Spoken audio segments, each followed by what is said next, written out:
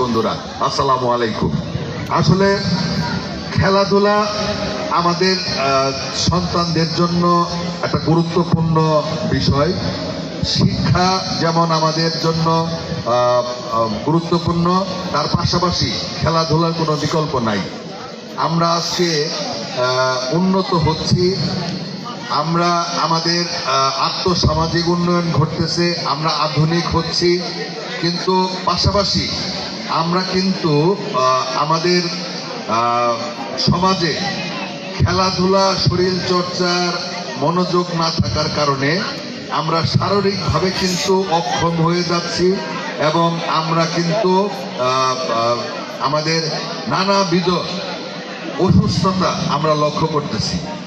আজ থেকে 15-20 বছর আগে যখন আমরা ছোট ছিলাম, আমাদের মুরব্বীরা, গার্জিয়ানরা আমাদের যেভাবে আমরা খেলাধুলার সুযোগ পাইতাম, যেভাবে খেলাধুলার অংশগ্রহণ করতাম, আমরা লক্ষ্য করতেছি ইদানিং খেলাধুলার প্রতি আমাদের মনোযোগ কমে যাচ্ছে এবং খেলাধুলার মাঠও অনেক জায়গায় নাই। আমাদের বর্তমান সরকার, ইতিমধ্যেই আপনারা সকলে অবগত আছেন, আমাদের যে সরকারের 31 দফা নির্বাচনী প্রতিশ্রুতি, এই প্রতিশ্রুতির মধ্যে